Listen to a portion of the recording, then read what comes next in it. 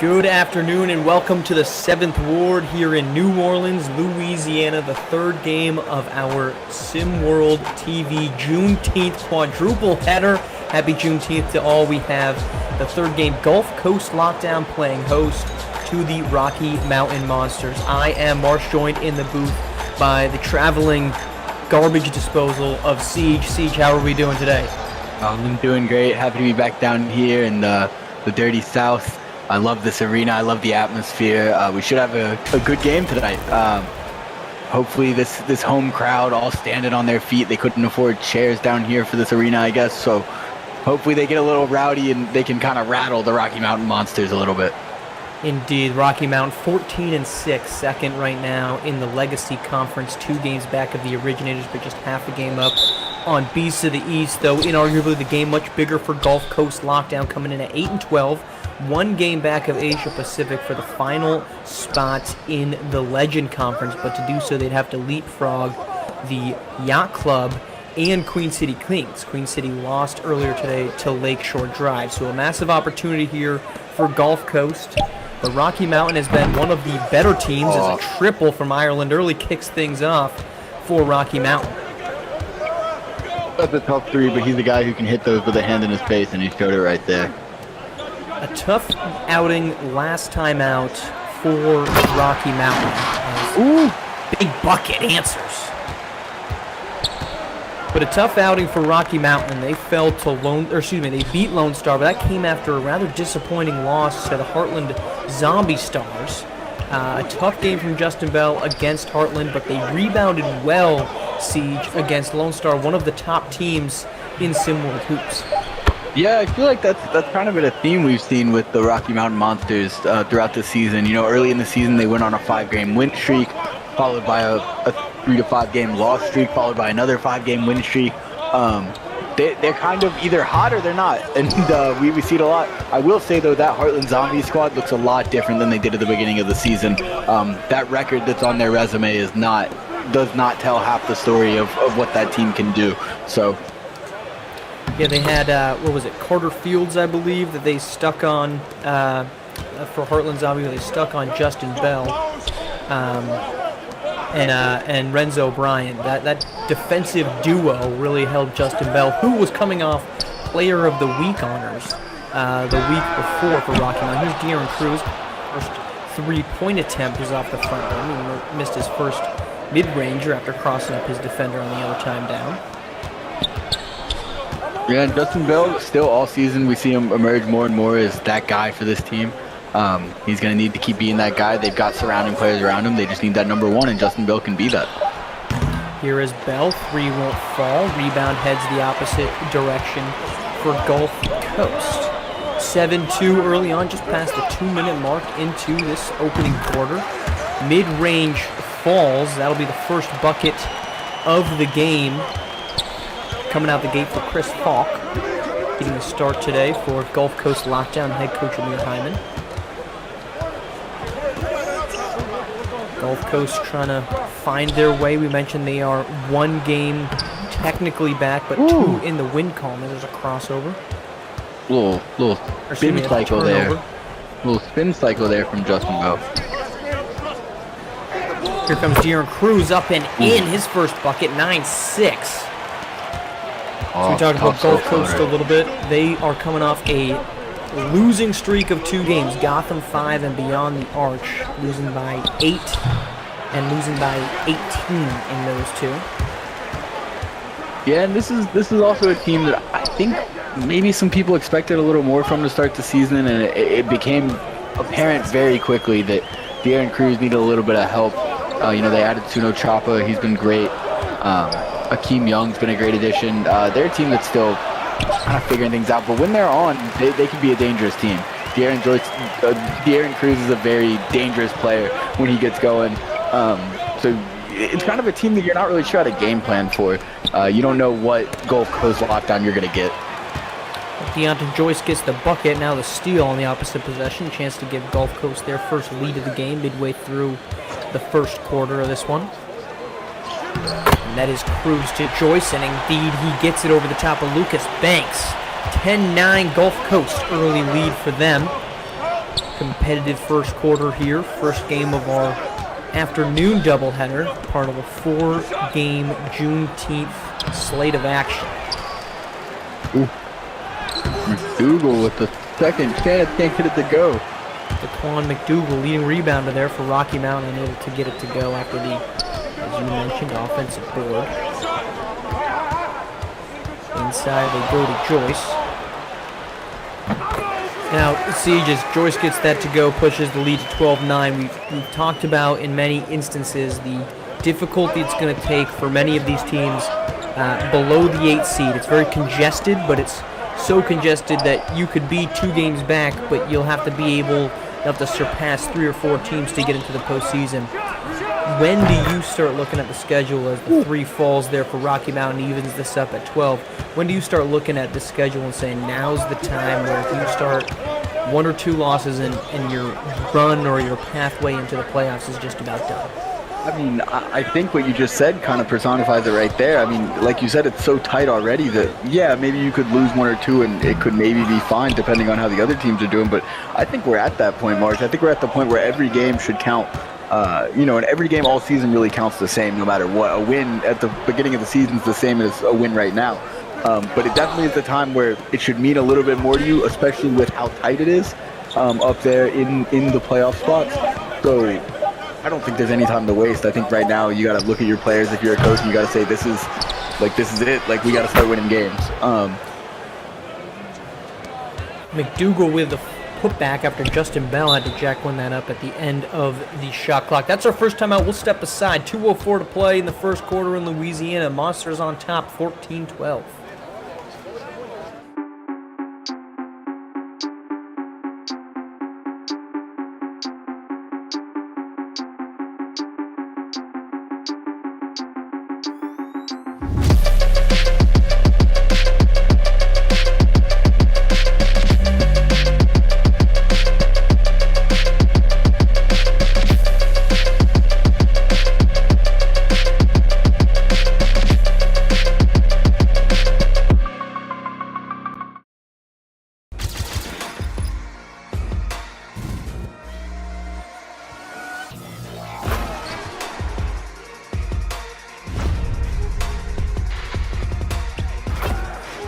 Make it 2-possession game, and they will. Definitely gonna have to look elsewhere. Oh!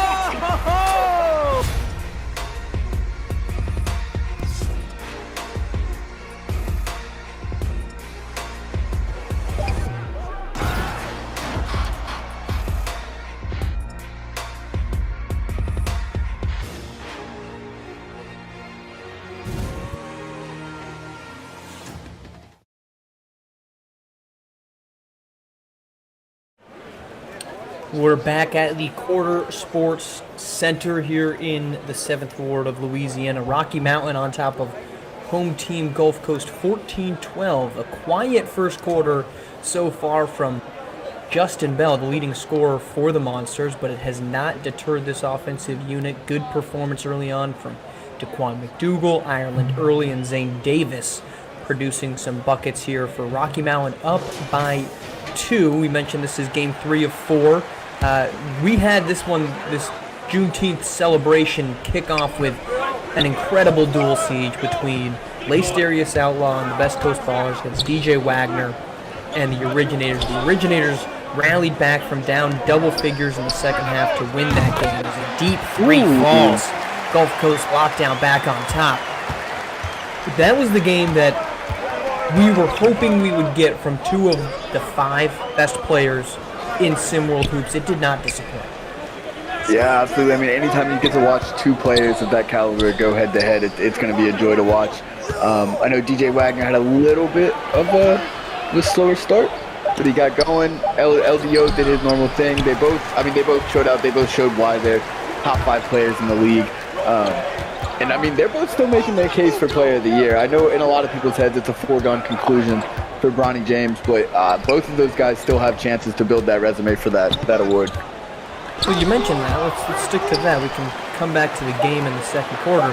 But you mentioned that. Where do wins start coming into that conversation? Because The Originators have 17 wins compared to Showtime's 15. It's not a huge difference, but they are they are conference winners or leaders right now. Do you think is 2 wins too short of a margin to say that should decide it over, in a Bronny versus DJ conversation?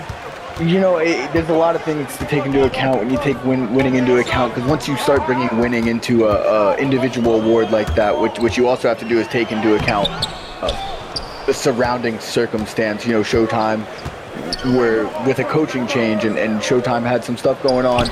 The Originators have been a little more consistent just in their organization. I think winning comes into it if you've got really a neck and neck race. Then you got to start looking at which of these star players is willing his team to a win more often. But yeah, that is something you have to take into account. I don't know that 2 wins is enough of a margin to really make a push there, in my opinion. KJ Allen with the 3 late in the first quarter. That ends it, a 6-0 run from Gulf Coast Lockdown. They take an 18-14 lead. First 8 minutes done in Louisiana. Second quarter coming up after this.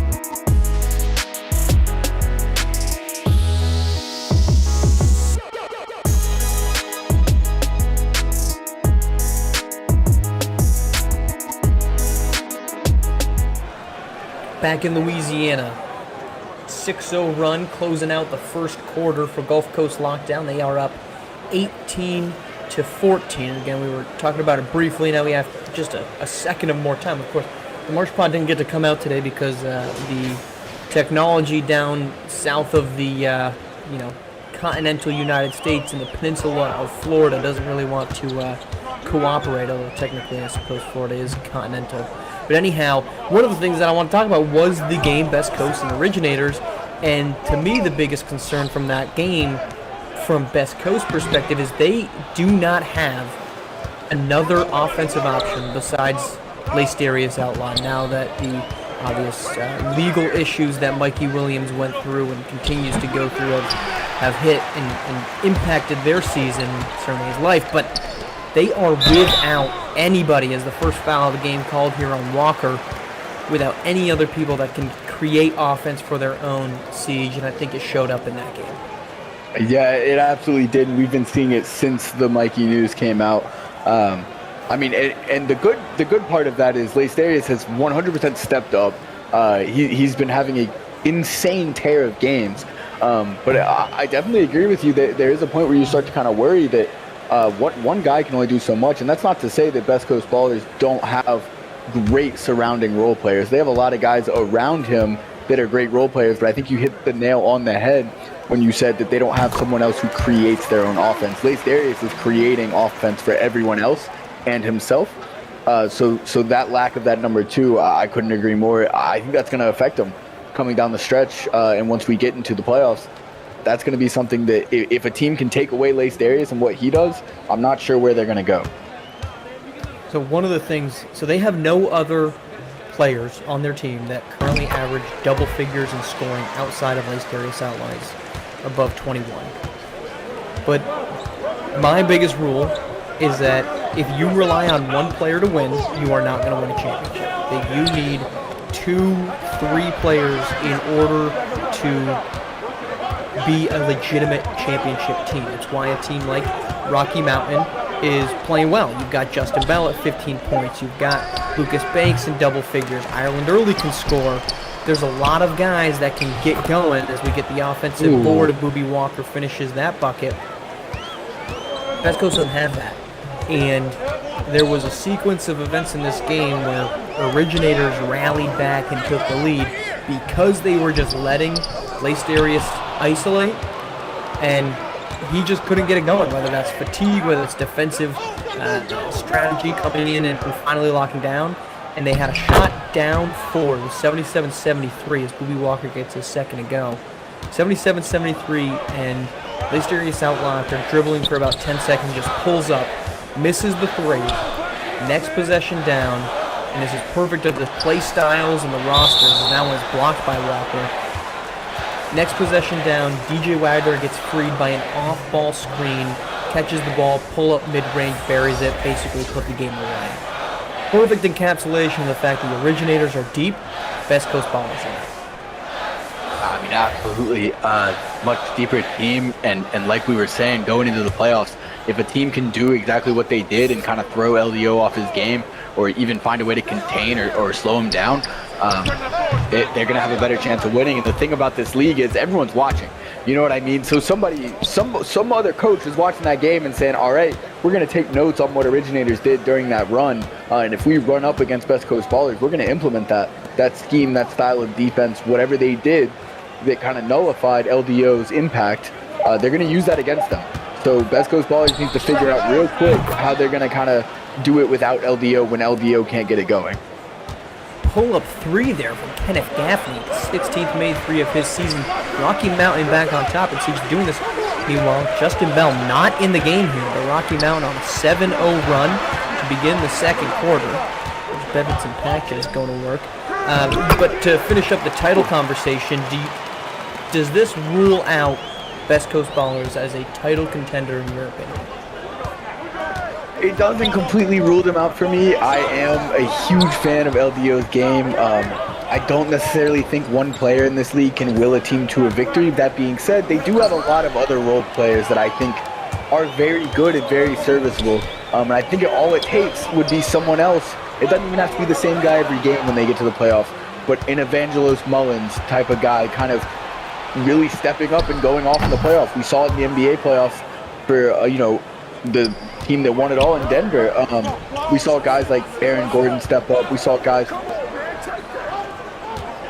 Porter Jr., step up in a lot of games. So I don't want to fully rule West Coast out because I think there's always that chance that you have role players go above and beyond what we expect them to do, and that carry them through. Of course, it would also take an incredible performance from LDO all playoffs, but it is cause for concern. Timeout here. On the floor. The difference is that Jokic has Jamal Murray, who should have been an all-star already at this point in his career. Yes. But injuries have prevented him. I don't think West Coast. To me, I think this does rule him out. I think it does rule West Coast Ballers out as a title contender because we've seen this story before. We saw this story with Cooper King across a year ago. Yep. Incredible isolation score. But then they get bounced in the first or second round, and we start freaking out that this is an upset. And it's like, well, the writing was kind of on the wall because one bad night from your star is enough to end the season. And it's why it's so valuable to watch teams like Rocky Mountain, the Originators, Lone Star, even H-Town, despite their recent struggles. They have 2 to 3 guys that can consistently get it done. Meanwhile, West Coast Ballers, Showtime, I think, falls into this umbrella. They only have one guy. Southeast Select, I'm hesitant about. I think that Southeast Select is very good, but it really still is, Trey Turner. Do you trust Terrell Pearson to be your number 2 guy? I don't necessarily. But I think it's the easiest way, but we always get lost in this. Well, there's one star. Look how much LDO is doing. They're going to win games. And then when you start going up against good competition and coaching that's built around one matchup, it tends to change.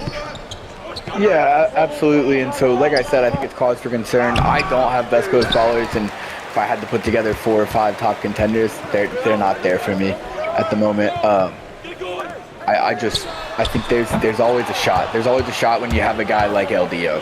So I'm not going to rule them out completely from my rankings, but they're not in my top 5 at the moment. Well, for what it's worth, they've fluctuated within my pointless power rankings, emphasis on pointless. They were 5 at the end of last month, but they were 10 the month before that. So it's obviously, again, like you said, power rankings are kind of moot, and you shouldn't read too much into them. But I'm with you there that they, spoiler alert for the end of the month, they are not going to be a top 5 team in my power rankings. No spoilers. Well, someone's got to do it. They'll called here on Falk. That'll send Walker to the line as Gulf Coast and Rocky Mountain trading bits of runs here. The Monsters rallied back from down 6, led briefly, back down by 3. I still don't think we've seen a Justin Bell sighting, although I think he's checking in. He is indeed on the sideline. So 4.5 minutes, no Justin Bell, and it was a similar stretch of the aforementioned Originators Best Coast game without DJ Wagner. I think he missed most of the second quarter as well in that run by the Best Coast Ballers. But Bell checks back in along with Zane Davis. Bell has really rocketed up the general awareness, I guess we could call it, of SimWorld Hoops. Not only did he win Player of the Week, but now a top. He's ranked 55. Siege. I would probably put him much higher than that. Where would you put Justin Bell in the top 100 rankings? I think he's somewhere between 30 and 40. If I had to put him somewhere at the moment, I do think he's higher than 55. I don't think you could name 54 guys better.